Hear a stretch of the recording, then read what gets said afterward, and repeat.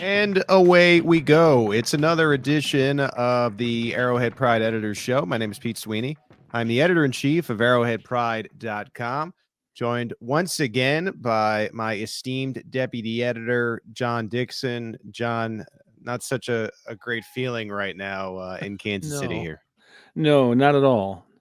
Not at all. Not at all what we expected from this game. But in fact, I don't think anybody expected this result from this game. I think I saw people, I didn't happen to see it myself, but I guess all the commentators on the TV broadcast picked the Chiefs before the game, and folks are worried about it. Should we be worried? I'll admit, I severely underrated the Green Bay Packers, and I come away from this game thinking they're going to make the postseason, and they're kind of like the NFC version of the Houston Texans in my mind, right? Like if the Houston Texans can kind of sneak in there, they look dangerous. Like it's one of those March Madness teams that you're not going to want to play. I think the Packers and Texans sort of fit that bill. I think the Chiefs used to kind of be that when they were on their way up, where nobody wanted to see the Chiefs. More so, I think going into the playoffs and in the Alex Smith days, especially toward the end there, I just think. We're a team that you didn't want to see in the postseason. So the Packers come off to me as that. Still a really interesting, unique game. And we're going to get into it more in the Marinated Takeaways. Just like a possession-filled game. Very odd. Before that, we'll go back to the Monday Zoom presser from Andy Reid and talk about some of the things that he said following this game. But first, John, we have a review to get excellent. through. I asked for reviews last week, and one came through. I demanded 3, but the demands were not met. We only got one. This is from Farber6. After hearing Pete's top 5 Spotify songs with C. I was left with a burning question so urgent and critical in my survival that I reset my iCloud password just to leave this review. Well, thank you for that, Farber. Pete, during the song Rockstar by Post Malone, when he sings, "When my homies pull up on your block, they make that thing go ta-ta-ta." Do you do the finger guns with one or both hands?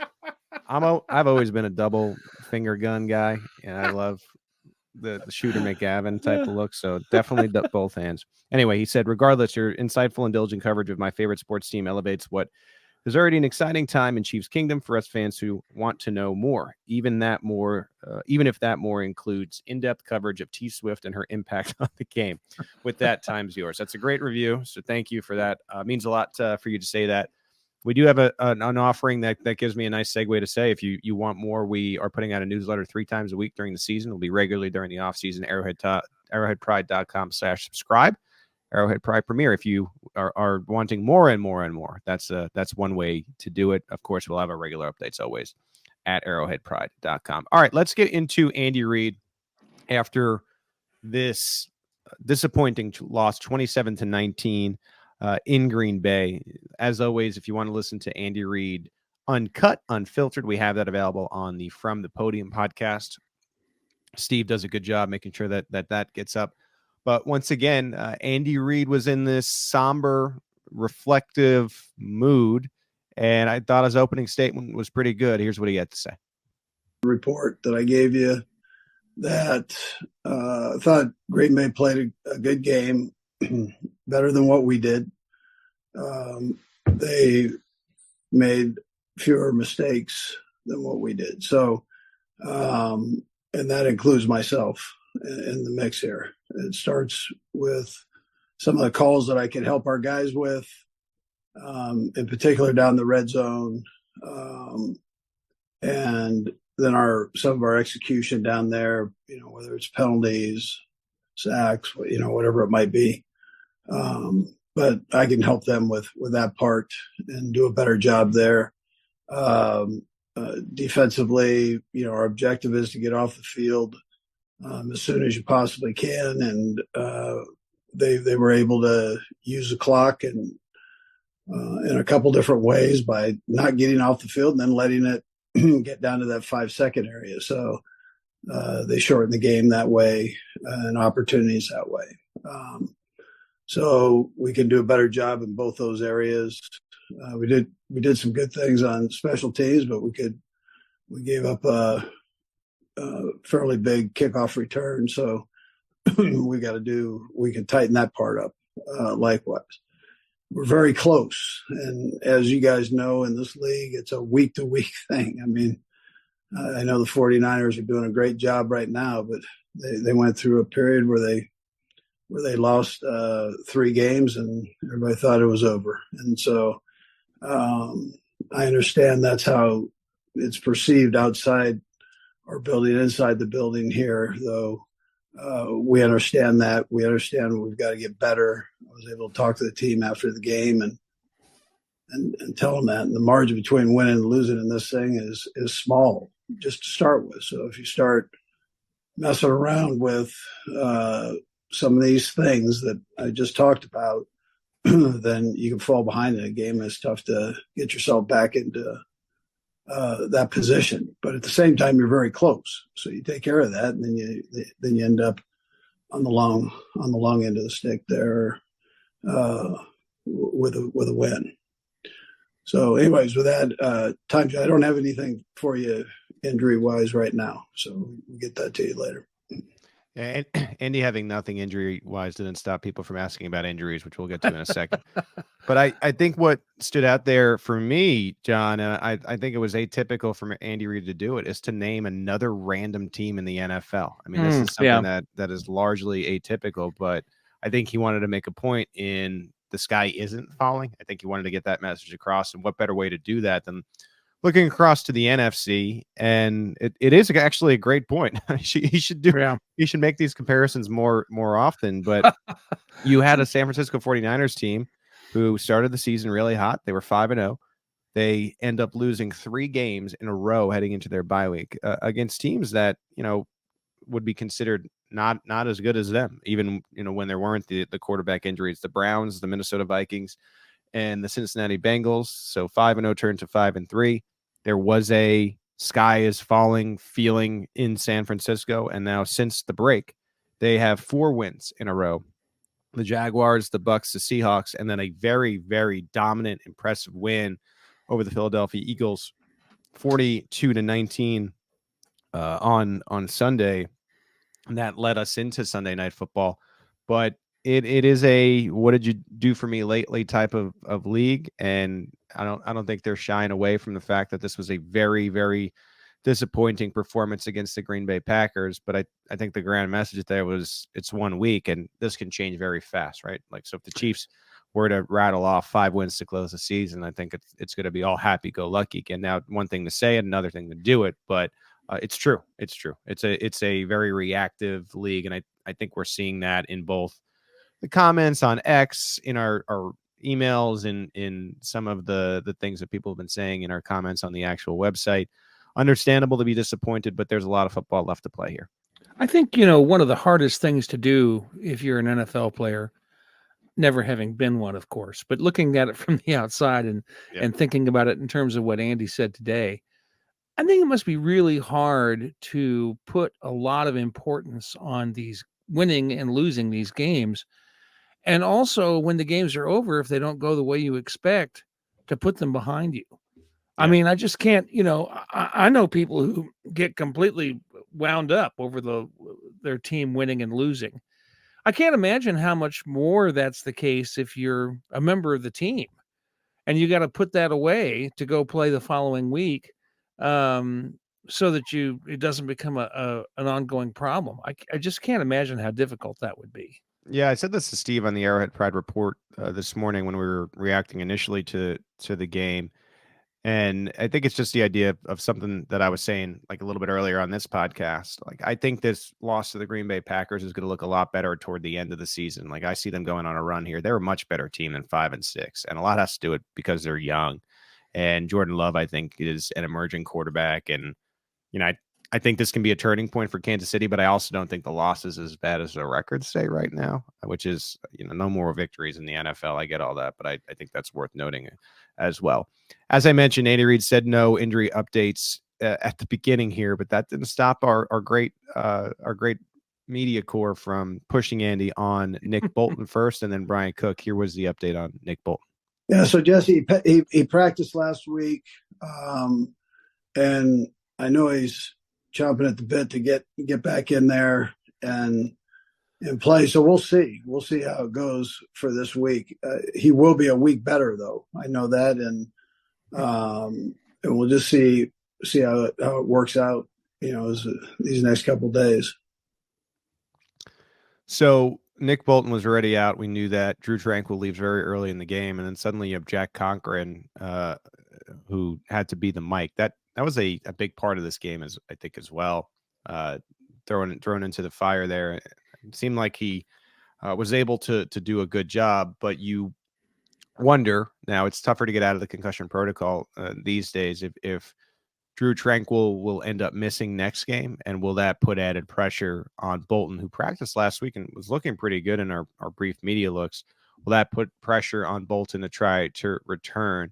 I tend to think this is going to be one of those situations where if he does play, John, he's going to have that club weapon. The way that his arm looks right now, it's a hard cast that goes from about the middle of his arm all the way through his wrist, which was the injury, and his fingers are available. So if a quarterback throws in his direction, it could be a little bit harder to catch the interception. But I think you could really use that sideline to sideline ability that he has in defending the run. I think this was something that the Chiefs missed yesterday. They have kind of missed it since he's been gone. Drew has done a really nice job, but would be good to get Bolton back. And I wonder if there's going to be added pressure to get him back on the field. And I'm sure if Drew can't go, he's going to be saying to this training staff, clear me, clear me, clear me. So I don't know. I tend to think we're going to see Bolton return next week. That would be my guess. Well, I think Bolton's going to be saying that to the training staff, whether Drew Tranquil is ready or not, based on what Reid has been saying.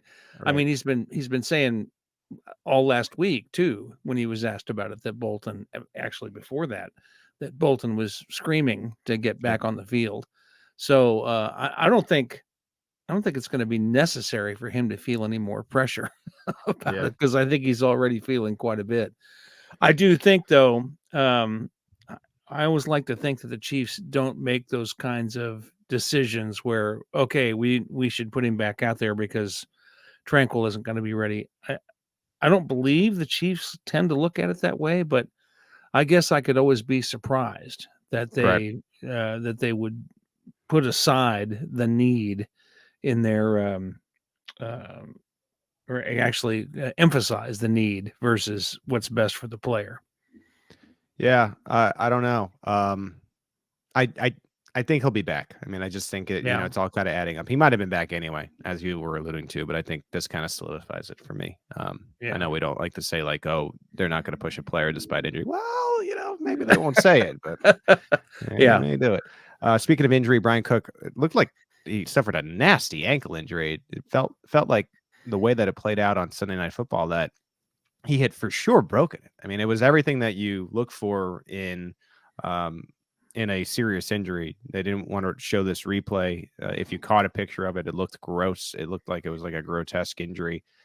He was crying and carted off. And then somehow today, ESPN's Jeremy Fowler reported that Brian Cook did not suffer a fracture in that ankle. I think the structural stuff still has to be determined, right, John? Like it's MRI. But anyway, Andy Reid was asked for about that report, the fact that he had not fractured the ankle. And here's what Reid had to say. Yeah, he's had work done on that ankle before. And so that's kind of what they're going through right now before anything's put out there. I don't want to give you anything that either way on that because I don't know because of the work that he's had done on that ankle. So I'm going to just kind of save that for later till I can give it to you, the facts. So a little bit of a wait and see thing on Brian Cook. I don't expect him to be playing next week, but maybe there's a window here. We still have 5 weeks left of the season. And there's a wild card. If the Chiefs are able to turn things around, maybe they have a week off there. If things kind of break their way here. John, how are you feeling about this Brian Cook situation? Well, I'm a little confused by what Me too. Reid said about it today. It's interesting that it's an area where he's previously had an injury, apparently, Right. which is sort of concerning, but I'm glad that they're taking that into account as they decide what to do about it. That's the right approach, of course. I guess we're just going to have to wait and see what they say about it. But of course, after a couple of days go by, they're not going to tell us anything more about it until he's designated to return for practice. So I do not anticipate him to be practicing anytime soon. I mean, yeah, maybe it's not season ending, but I feel like it's somewhat serious. I think Jared was on X this morning, maybe suggesting that it could be high ankle. We really don't know. I mean, yeah, I thought he was done. Very odd that he Yeah. didn't fracture. Fortunate, and you're thankful for that. But yeah. It's interesting very situation to scary follow. when the announcers say we're not going to show you the replay. That's Yeah. And the morbid among us are like, let me go to Twitter so I can look at this replay. I did exactly the same thing. Yeah, it was very tough to watch. I wanted to watch it once just so I had a sense of how serious it was. And Nick from I was at the studio and Nick from 41 showed it to me, and I said, Nick, never show me that again. So I thought it was grim, but hey, good break for the Chiefs here. He's a key player, and if he can somehow be ready late in the season for the playoffs, that'll be great. All right. Last quote from Reid. This was my question. I think the entire game changed, and maybe this is going into a little bit of the marinated stuff here, but I thought the entire game changed with that interception from Mahomes to Moore. As bad as they had played in the night, and as much as they were outplayed by the Green Bay Packers, John, they had an opportunity, right? And you take that all the time where Mahomes is down less than a touchdown and you have the ball in your hands with all these timeouts and plenty of time on the clock. And it just was a grand miscommunication between Pat and Sky. Some have said that Sky could have ran the route better and he stopped running. Mahomes blamed himself, of course, after. So, my question was to Andy just about that. And, do they have enough in the wide receiver room? And Coach Reid zoned in on this particular play. Yeah. So listen, I mean, Pete, those things happen. I mean, where even between good receivers, good quarterbacks that have these great reputations and so on. So those things will happen every once in a while, and you learn from it and you move on. So that's what we've got to do there. I mean, both guys, the quarterback and the receiver, are good players. So it's I don't think it's a drastic thing there. They've got to be on just make sure that they clean that part up, and they will.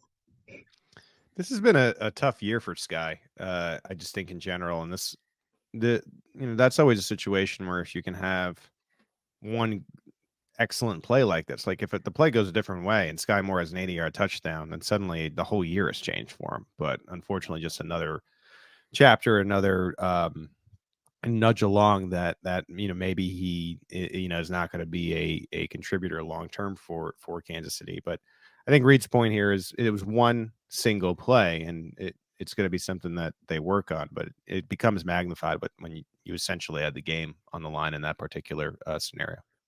Yeah, I wouldn't want to be Sky Moore right now after last season with all the focus on him with the punt returns, which, I thought was real unfortunate for him because, that isn't his specialty coming into the league. And the Chiefs needed to keep him on the roster, so they put him out there to do that and had trouble getting him to do it well to start with. And, that's not all his fault. Some of it was circumstance. Some of it was, the team failing to recognize what he was good at and what he was not good at. There's a lot of factors there. And here we are again in the following season, the second year in the league, he's having difficulties. And I feel bad for the guy. I know that if the team can't make it work, they're going to have to move on from him. And so that makes me feel bad for him. I like him though. He's a good kid and he seems to be smart, and he's just not getting it done the way we expected him to. I was surprised to see how many snaps he ended up getting in this game. I mean, they're continuing to lean into him. And almost as many as Rashee Rice, just two less than Rashee Rice, who led the room again with 46, and Moore came in at 44. I think they're trying to do their best to get him going, and it doesn't seem to be working. And we'll have more on that in Marinated Takeaways. As a reminder, if you want to listen to Andy Reid in full at about a 9-minute press conference on Monday, you can right here on the Arrowhead Pride Podcast Network. It's From the Podium. When we come back, it's those world famous Marinated Takeaways. Stay with us. Back here on the Arrowhead Pride Editors Show, and it's time for the Marinated Takeaways from last night's disappointing loss to the Green Bay Packers, 27-19. The Chiefs are dropping to 8-4. They actually dropped to 4th in the conference, John, which is a steep drop. That's how crowded it is at the top of the AFC. So now the Chiefs are going to need some help if they're going to finish with the top seed. Plenty of time to go, though. 5 games, and the schedules for the teams ahead of them, the Dolphins, the Ravens, and the Jaguars, are a little bit tougher, so long as the Chiefs can get by this Bills game with a win. So we'll see how it goes. But let's reflect on this Chiefs and Packers game. And John, I'll start with you. I keep thinking about Marty Schottenheimer, and he always talked about how the margin of victory in the NFL was so small. And here it is, 30 years later, and it's still true. It's even more true. And, Reid talked about that today. And this game is a great example of how close these games really are.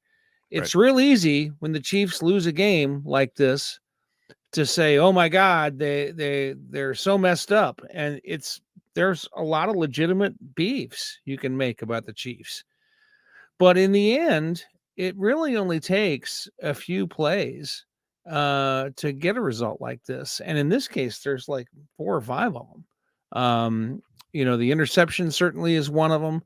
The sacks in the red zone go in there. There's a penalty in there. Any one of those things go differently, and the result of this game could be entirely different. I thought one of the things that was interesting about this game is that the Chiefs didn't punt until very late until the second half. Right. They scored on every possession except for the halftime. I guess they ran out of time there, but they only had 18 seconds to start with, or whatever. Well, it was a great punt by Green Bay, and they were backed until they were 3, so they decided to just go into the locker room because they're going to get the ball anyway. So it wasn't really it wasn't a real possession as we put it in our articles last night, but it wouldn't have taken much for this game to go another way. And that's exactly what the league wants. That's what they want to see with parity, that these games can go different ways. And of course, the Chiefs over the last couple of seasons have had these wonderful records, but many of them have been wins by a single score. And what we're seeing this year might be as simple as the Chiefs are just a little bit off of that pace that they were in the last 3 years. And I don't say this to make excuses for them. They've got problems they need to fix. Mm-hmm. And I'm not saying anybody's wrong in their determination of what that fix needs to be. But I think it's a mistake to look at the Chiefs and go, it's all totally messed up. I think there's just little things. And that's what Reid said today, that it's close. Yeah. And I think you saw toward the end of the game that a couple calls could have gone both ways. It seemed like the officials really dropped the ball. And I think they were trying to make up for it on the fly. Like, I think a big part of what happened at the end of the game was they felt like maybe they had misjudged the Marquez Valdez-Scantling going out of bounds, and then suddenly maybe they thought, I do think makeup calls exist, and I think suddenly they may have thought like the PI on Marquez live was not as egregious as it was, and they thought they might be able to get away with a 50-50 call, but it wasn't a 50-50 call. It was like 100-0 call, and and now it's almost like they got so deep in this trying to fix it that they made even more and more wrong decisions. The Hail Mary PI is never going to be called, but and when I bring it up, I think you have to bring it up when you talk about this game, but I'm not blaming the one call of a 60-minute game for why the Chiefs lost, but you just would like to see less of the officials. But that's just another example of if the officiating is a little bit better toward the end of the game, is it something where the Chiefs miraculously pull it off? Like even if they make that call on Marquez Valdez-Scantling, which I'm saying they should, do the Chiefs get the 2-point conversion? They had failed the 2-point conversion earlier in the game, and they have been iffy on short yardage. So just, I mean, it's not like it was, hey, if the refs make this call, we win. Like, I don't know. I mean, maybe it goes to overtime. Maybe it doesn't even go to overtime. So who knows? But that was a bonus marinated takeaway. I don't even have that on my list. But mine kind of stems off of yours, John. And as I start to say this, if you're listening, wherever you're listening, picture me with the SWAT shield, because I know there's going to be some of you that are not happy with this. But I think truly lost in the game is that the Chiefs scored points on their first 4 drives. I'm taking away that one at the end of the half. That one didn't even count. They were saying we're just going to take the next possession in the second half. And again, SWAT shield up. The defense was a little disappointing in this game, maybe even worse than allowing touchdowns and points like they did. They were allowing these methodical drives and then allowing the touchdowns. And so the possessions were getting limited. And when the Chiefs are only scoring 3 points on their limited possessions and you're giving up touchdowns, I think that leads to a problem because you're essentially giving up control of the game. And I think this is a big, more than just the game, because games can go different ways. I know like that 4th and 1 play in the middle of the game where it was a rainbow pass between 4 defenders, that could have easily gone differently. And kind of as you were alluding to, then the whole game is different and the whole perspective is different. But I think something that's concrete that is worth talking about is we've been so high on the defense all year.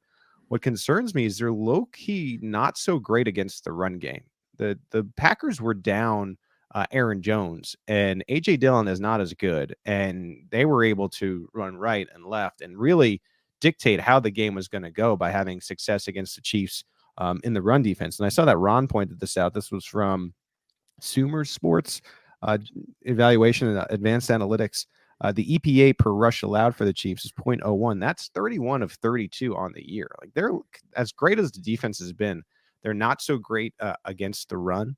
And if you allow a team to run all over you and you're allowing touchdowns, and meanwhile your offense is still trying to figure it out, you're going to be at a disadvantage in the game. And so, I know that this is going to be a week of, once again, questioning the Chiefs pass catchers, but I think the defense owns a little bit of this as well, especially in not being great against the run and then thus allowing the Packers to essentially control the possessions and thereby the game. Well, I go back and forth on this because I really believe that what Chris Jones was quoted as saying in the article that Ron had on the site this morning was that, we got to stop the run, because if they are efficient at running the ball, then they can move on to the play action game, or they'll be efficient at that. And that's true. Right. That's absolutely true. But at the same time, over the years, we've seen a lot of teams try and win the time of possession battle by running the ball against the Chiefs. And most of the time it doesn't work. Well, the good news on this is that it's very hard to replicate methodical drives that turn into touchdowns. It's like almost impossible. And the Packers were really good at it last night. Let's say in a wild scenario, the Chiefs were to play the Packers again in the Super Bowl. Like, I do not think that they would be able to do that again. That was just that is exactly what you want to do against Kansas City. And it's very, very hard to replicate. Well, right. Except that sometimes you do that and it doesn't really work out because, as you noted, the EPA per play is a very small number compared to the EPA per play on passing plays. If the Chiefs were a little bit better at their own passing game, maybe that wouldn't matter as much, because over the years, teams that have tried to keep Mahomes off the field by running the ball, it's blown up in their face. Yeah. We'll have these teams get 200 yards on the ground and still lose the game, Right. I think it's a little different now if you're able to have success on the ground, because the offense, and we're like 13 weeks in, is indeed still figuring it out. And so that's where it's killer. And but not by a lot. No. It's not like Patrick Mahomes is the 32nd quarterback in the league in all these metrics. He's not. He's just not in the top 3. Yeah, and that's the frustrating thing too, is they were in the red zone. There was, again, not trying to blame officials, but there was that call on Creed Humphrey that seemed a little phantom, and that turned into a field goal instead of a touchdown. And then the first 2 drives end up in the red zone, and you're able to get a field. I think the offense, it's not as bad as people think, because they're operating well between the 20s. It's if the red zone percentage, I looked it up this morning, is 55%. That's 13 in the NFL, right? Like, so the half of them that ended up turning into field goals, if those turn into touchdowns, and suddenly are we really talking about how bad the Chiefs offense is? I mean, I know we're going down what if hell, right now, but Sure. Well, that's our job. Yeah. It's just a lot of hypotheticals in this job. All right. What's your next marinated takeaway, John? Well, everybody's talking about Eric Bieniemy today, so I figured maybe I should too. Even my sister, in our morning text, asked me about Eric Bieniemy. Should the Chiefs have kept Eric Bieniemy? And it's a fair question. It's a very interesting thing to me, because during the years that Bieniemy was here, he didn't have a lot of support necessarily among the fan base. No. People would say, it's Andy Reid's team. He's just a figurehead. He doesn't really have that much bearing on what goes on. Oh, same yeah, thing with Mecole Hardman, John. Like, yeah, same type right. of deal. Yeah. And now that he's gone and things aren't quite the way they were, people are looking for any kind of thing that might explain what is going on. And going back to what I said before, we're not necessarily looking at something that is a huge difference. Maybe Eric Bieniemy's approach, the good cop, bad cop thing, as Ron Kopp put it this morning in his 5 Things We Learned piece on the website, maybe that's something that was pretty significant for the Chiefs. I think it's a fair question to ask. I don't know the answer to it. But I think it's fair to wonder if that's part of what's going on with the Chiefs, is that Bieniemy's influence as a disciplinarian to fulfill a role that they need to have on the team, but one that Andy Reid doesn't want to fulfill, and that Matt Nagy doesn't do very well. Maybe that's making a difference. I think it's worth asking that question. I don't know. I still don't think that the assistants should be talked about as much as they are on offense with the Chiefs. I mean, it's the Andy Reid show, and these guys kind of all compliment him. He goes above and beyond to mention these guys, because it's not like they're not helping at all, but it's more of a collaboration, and Andy Reid has the final say, and he calls the plays most of the time. I know that sometimes, occasionally, he'll give them up if it feels a little bit stale, but it's never for good. This is the Andy Reid show. And, I felt that way when it was Peterson and the Nagy and Childress, when they were co-offensive coordinators, and when Bieniemy was here. And that was the whole problem with Bieniemy getting a job too, that would be referenced all the time as like, oh, it doesn't make sense because Nagy and Peterson got jobs, but like, you're still under the Andy Reid shadow. I mean, looking at Washington, right? Because you have to do that. 1, 2, 3, 4, 5, 6, 7. They've won one of their last 7 games, and it was against the New England Patriots.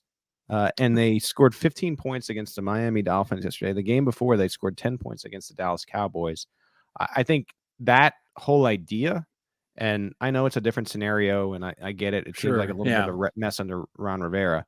But if you're going to really hang your hat on that, the Commanders got to at least be close to 500. They are 4-9. I mean, what are we talking about here? Like, I think it would make a big difference if they were vying for a wild card playoff spot in the NFC, and it's a team game, right? So that takes the defense not allowing X amount of points as well. I mean, I'm not saying it's like a perfect measurement, but for Bieniemy to really be a major talking point here, the Commanders need to be in a better scenario. And if you really dig into like Washington X, this, like, we have Chiefs X and this is the Commander X. It's split on Bieniemy for the support of him. Like, some are really pumped about him and want him to get an opportunity to stay and be the next head coach, because it seems like Rivera is going to be on the way out. And then other people are saying, well, what has he really done for us here? And so I don't know. I'm not trying to hate on Bieniemy. I like him a lot. Yeah. I think he's overdue for his opportunity, but I don't think it's so cut and dry of being like, we plucked out Bieniemy, now the offense has problems. I think it's more complicated than that. Well, and it probably is. But I would say something I like to point out about comparing, well, if the Chiefs had gotten this player, then they would be so much better. Well, maybe, because a lot of times it depends on a player's fit with the coaches and the scheme and all the other things that go into making up an NFL team. Is it possible that Bieniemy wouldn't be more valuable any place besides the Chiefs? I mean, is it possible that the synergy that he and Reid had would make the sum greater than the parts more than would be the case with Bieniemy and Rivera in Washington, for example? So I'm not sure that what he's doing in Washington now really necessarily enters into the equation, just because so much of this is about personal relationships, And it's Sam Howell and not Mahomes. And I mean, that plays a huge part of it too. Right. Exactly. But even still, I just think it's too complicated to say 1 + 1 = 2. Right. I just think Oh, that's I a little bit agree. far-fetched. Yeah. All right. My next marinated takeaway is all we are saying is give Richie a chance here. 4 snaps. Speaking of things that you can't really quantify, and I'm going to reference something that's like an inside football term that scouts you, the eye test. Richie with the ball in his hands is dangerous. And what was he, second in receiving for the Giants last year? That was a horrible team last year, and he was able to break out. I understand he's been out of the mix for a while now with the early season injury, but he looks healthy. And the glimpses that you get with the ball in his hands, I just think they need to try something here. I think one thing that, I don't think the offense is that far off either. I agree with Andy Reid. I think it's close, but it could use a spark of some sort. That's why I'm not completely opposed to the Chiefs going and maybe trying to get Zach Ertz or bring someone, let's try something different here and let's keep trying. I think you've established your 3 top targets, which is always going to be Kelsey. Rashee Rice has proven that he has earned the trust of the quarterback, and I think they're leaning more into Isaiah Pacheco, which I really like. But you could still use other players and get other players involved to continue to try to give you a spark. I feel similarly about Kadarius Toney, but Toney has a little bit of a weird, curious case of Toney thing going on. Is he hurt? Is he not hurt? Is something more going on? I would like to see James get an increase in snaps here. I just think it looks a little bit different when he has the ball in his hands. It looks dangerous. And I think that, and similar to really when Pacheco has the ball in his hands, you're like, here comes the wrecking ball. And James has a little bit of that to him. Like he's a little bit of a violent runner. And I think we've seen that work with Pacheco. And so I would like to see the Chiefs lean into James a little bit. I don't know if they will, but I just see it as a potential opportunity to change things up a little bit here. Well, I don't disagree with you. I mean, obviously, if we're talking about just making little changes here to get the offense where it needs to be, a spark might be all the difference. Right. But here's the problem. Pretty soon we're talking about having, 6 wideouts sharing all the snaps instead of concentrating on your best guys. That's the problem. Well, he might be one of the best 3 guys, but right. Yeah. The problem also too with this too, and I can admit this is like we're saying, let's try Richie James. But at a certain point, you got to lean into the team. Like it's no longer the first quarter of the season. We're in the final third of the year, and you would have hoped that the identity would be established by now and you knew who to lean into. But I still think the Chiefs are figuring that out with 5 games to go. And it's like, at what point do you have to say, we got to roll with these guys? And so I get that too. But I don't know. I'm seeing James with the ball in his hands, and I just don't get why he's not getting more looks. That's all. If Toney were hurt, if he wasn't active for a game, I think we would get more looks from James. But I think what the Chiefs are hoping for is that Toney can be the guy who will give them sparks in big games, because they can't really trust him. I mean, look at the guy run. Look at the way he plays. No wonder he's hurt all the time. I mean, we've talked about this before. I know what you mean. He plays with such abandon. I can't imagine him getting a whole lot of work in a game. And I don't like to do the injury thing, but when Toney plays, and he gets tackled, you're like, is this it? Is this when he kicks out of it? Yeah, right. It just almost is like it's like a matter of time thing with him, which is tough to say about somebody. But I think that's why you see the Chiefs only using him sparingly, because they're like, we need this guy for those sparks. And if you play him 40 plays a game, you're not going to have him the next game. It's a sad reality of his career at this point. Yeah. All right. What's your final marinated takeaway? Well, this is just something interesting because I'm the guy that writes up the betting lines article every week, and I always like to look at the last couple of weeks and how teams did against the spread in their last couple of games. And last week, I noticed that 2 weeks ago, the Packers beat the Chargers by 3 after being a 3-point underdog to the Chargers. The following week, they beat the Lions by 7 after being a 7.5-point underdog to the Lions. And here on Sunday Night Football, they were a 6-point underdog to the Chiefs and won by 8 points. Yeah. Now, this is a team that is flipping the script Yep. week after week after week. 3 weeks in a row now they've done this, come back and won a game by the amount of points that they were expected to lose by. And I think this means we need to pay attention to the Packers. You mentioned early in the show that you see them as a team that could maybe enter the playoffs as a wild card and surprise us. And I got to tell you, I agree with you based on what we've seen here these last 3 weeks. And in our newsletter last week, I wrote a piece about the parallels between Jordan Love now and Aaron Rodgers in his first year as a starter for Green Bay in 2008. And there were a lot of weird things that were the same coming into week 13 of 2008 as they were this year. And that was just for fun. Yeah. But, I think that he showed us on Sunday night that he can be a really fine NFL quarterback. And I know that, weren't impressed with him when we played against him in 2021. And I think a lot of fans, at least Chiefs fans, came into this game thinking, oh, this guy is no good. Right. Not so sure. I just wonder what my life is going to look like when Jordan Love becomes a member of the Jets. Like, will I have kids at that point? Will they be going to college? Will I have been married? How much gray am I going to have? How much hair do I have left? Probably not so much. I wonder about that. Yeah, no, he's good. He's really grown into his game, and it seems like the Packers got another one. It's a really nice break for them. You see how hard it is in New England. It's not an easy thing, and you're teetering along the lines of like, did they just do this 3 times in a row where they got a quarterback for 15 years and are just going to have a franchise quarterback for 45 straight years? There's not 32 of these in the league. There's probably not even like 15. Let alone being able to do it 3 times. So good for them. He's an exciting player to watch. Packers are a much better watch now, in my opinion. And again, I think they, kind of like Chris Collinsworth had to tell you 17 times, I think they're going to make the postseason. I think we agree with you. We don't have to hear you for the 7th time. All right. Last point for me, and this is kind of like a sad point, but this is just a reality I think we're living in now.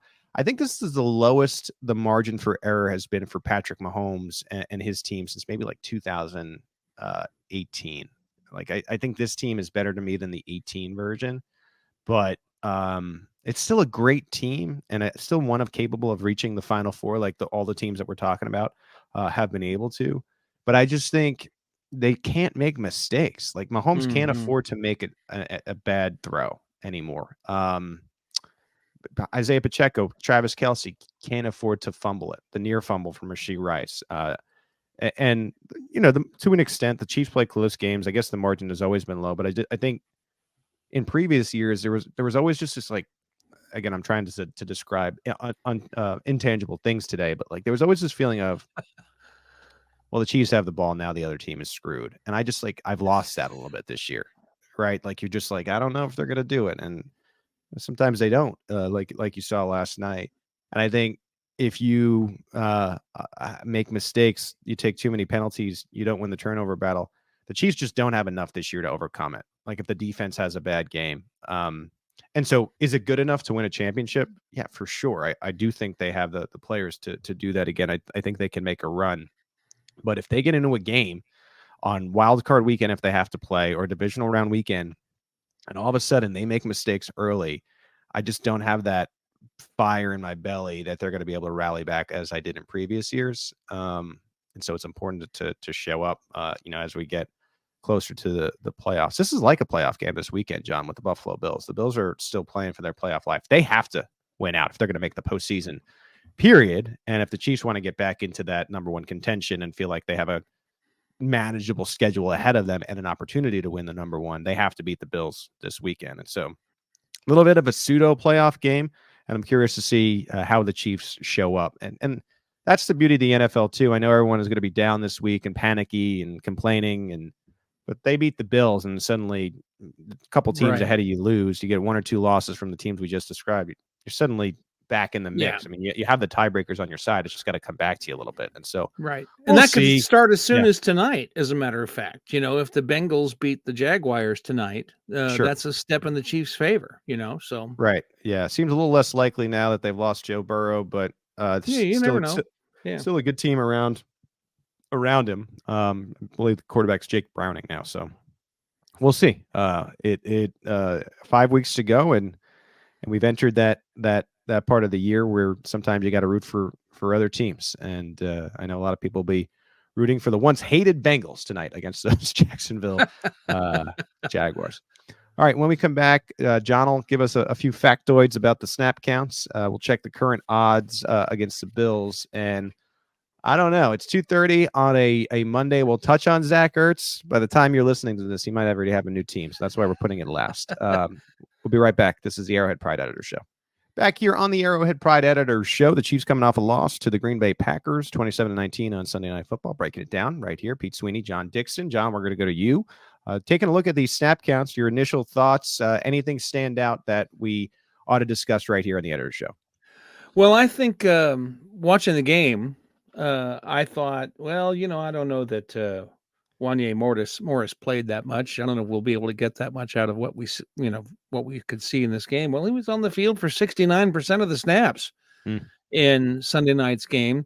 He had a 73.4 grade for his pass blocking on Pro Football Focus. That's a pretty good score, actually. That's good. And 51.3 on the run and a 62.4 overall. So not so hot on the run and, okay, at kind of a little above average. Tough overall. To see from a broadcast angle, but I would have thought it would have been flipped. That's actually news to me that he was better pass blocking than run blocking. Well, I thought the same thing. And, but this is just one perspective. That's the thing you have to remember about Pro Football Focus. PFF is great when their numbers support what you're saying. You got to ignore it when they don't. That's what I do. Yeah. But it's a nice way to quantify something a little bit when it's hard to really take it all in real time. It's not like you're watching a running back go. You see what they do. Another thing that I thought was interesting. I would have said that Travis Kelce spent a lot of time on the sidelines yesterday because maybe that's just because he had just talked about he wasn't going to leave the game unless he was exhausted and he just couldn't go on for another play. 89% of the snaps on Sunday night, which is a lot. I mean, he's normally a high percentage guy. But normally like 75% or the high 70s, not almost 90%. So I thought that was a real interesting number. 89% for that. That's a shout out to Taylor, 1989. Suffered a first loss to the Chiefs fan last night also too. Yeah, that's true. Yeah. On the wideouts, just as we expected and as we hoped, Rashee Rice gets 68% of the snaps. And as you noted before, Sky Moore, also a big contributor in terms of how much he was on the field, 66%. And then the third guy was Justin Watson, kind of not a lot of action to him in the game, but he was on the field for 63% of the snaps. And then Valdez Scantling below 50%, had 48% of the snaps. And Tony, just 18%. So one snap in 5. In round figures for Tony in this game. It seemed like he wasn't even out there until like the second half. That's what it seemed like to me. Anyway. I don't know what is going on with him. I'm with you. What did you say the percentage on Moore was? 66%. Yeah. And then James was what? You mean Rice or James? James. James was just 11%. So Moore was in the 60s and James was 11%. The final tally is 1 catch for 12 yards for James, Moore 1 catch for 5 yards, and we noted that key play that he messed up. So and 6 times as many snaps. Yeah. Far less snaps for James, and he manages more yardage. I mean, that's wild. I mean, Right. Well, yeah. could be an outlier there. They they must have some reason why they continue to put more out there. That's the only thing I can come up with. I don't know what it is. I think he's a second rounder, and he does sometimes have these moments where he catches a ball downfield for a first down. Nobody celebrates a 10-yard first down like Sky Moore. He gets fired up. And I think what they'd like to see happen is him put more of those plays together, but you can only have that happen if you get the time. But I wonder if they do make a change here. They have to see what I'm seeing with James and just maybe getting them some more opportunities. But, one thing we can note here is they've been messing with the wide receiver snaps. I do think there is an effort in there to try to get the best guys on the field. I just, for one reason or another, it just hasn't been the guys that maybe we've wanted to see, or some of us have wanted to see, and others haven't. But I don't know. See how they change them next week against the Buffalo Bills. A couple other offensive notes there. I always like to look at the pass-run ratio. 58-42 pass-run in Sunday's game. So once again, right around that 60-40 split, which is better or more running than we have typically seen from the Chiefs over the years. Just a little bit more, and they've done that now for 5 straight weeks, putting around about 60-40. So, and we saw the results of that in this game. When Pacheco was in there running all the time, he was effective and made some wow plays running the ball. So that's a good thing. It was the largest proportion of wide receivers. I always do the math on this to figure out the average number of positions on the field, average number of players at each position. Yeah. And this is the largest number all year, 2.69 wide receivers on the field on average. So that means that the Chiefs weren't running as many 1-2 personnel packages with 2 tight ends. So that also means that Kelsey, when he was playing 89% of the snaps, was the only tight end in the field quite a bit of the time. Yeah. So those things I thought were interesting in this game. And finally, we're back to Jalen Watson and Joshua Williams splitting time as the third cornerback. Williams had 27% of the snaps. Watson had 25. And more recently, Watson has been the guy, and Williams has been mostly a special teams player, not on Sunday. And I also found this interesting with all the trouble at linebacker that neither Cam Jones or Darius Harris. I'm particularly surprised about Darius Harris, who had some experience as a starter in the Chiefs defense, when they only played special teams on Sunday. So they apparently like something about Jack Cochran that we don't know yet. That's a key position. I mean, when you got to call the plays, right? Like, right. I know that they mixed and matched. Remember, we had that game. I don't know if it was last year or the year before. They all start to vibe together, but where 3 of the linebackers had the green dot. Like Willie Gay has done it before, but instead they decided to just put Cochran in there. So they do like Cochran. Again, I think this will push Bolton to get in the lineup this weekend. Speaking of that, what are the current odds against the Buffalo Bills hosting them at Arrowhead Stadium in that late afternoon slate this Sunday? Well, once again, the Chiefs are favored, but by about 2.5 points. So they, on a neutral field, these teams would be pretty even in the eyes of the bookmakers. But at Arrowhead Stadium, the Chiefs are favored by 2.5. Yeah, it would be a pick 'em at a neutral field because I said there's 3 points for. It's about right to me. Typically 2.5 to 3 points. I don't know how to call this game. I mean, both teams really need it in different ways, and both are coming off a loss. The Bills have the rest edge. That's been a theme as well. Big time rest edge. They had a bye before they come to Arrowhead, which is big. I mean, especially when you're dealing with 2 teams who are close to, in the eyes of many, even. You're allowing a team to have a bye and come in for a big AFC game. So see if that has any impact on the result of this one. I want to touch on Zach Ertz. As I just mentioned, we are recording. It is Monday at 2:46 p.m. This is the latest from Jeremy Fowler, who reported on Brian Cook a little earlier. While the Eagles have wrapped up the Shaq Leonard deal, they've also inquired on old friend Zach Ertz, who is still evaluating options as of this afternoon. Seems like he might have enough interest to sign for a contract, John, which I think would change things for Kansas City being interested. Like they're usually interested in the very cheap veteran minimum type deal, but if there's teams with room out there and he is getting 3 or 4 teams that are interested, it seems like Kansas City is one of those teams. I don't know how much KC would commit or would be able to commit to Ertz. I've said this on a couple of our things that we do here.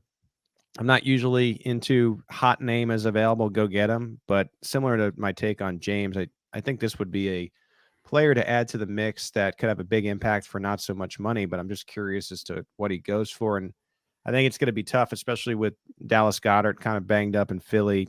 I think he probably longs to go back and be an Eagle. And if I'm guessing, I tend to think he lands with Philadelphia, but who knows? I think there is an outside chance he surprises people and comes to Kansas City. Yeah, that could be. I'm not as convinced as a lot of people are that they're that interested in him, and I'm not as convinced as some are that he is able to play at any kind of a level. I mean, are we talking about a guy who's going to be like Blake Bell?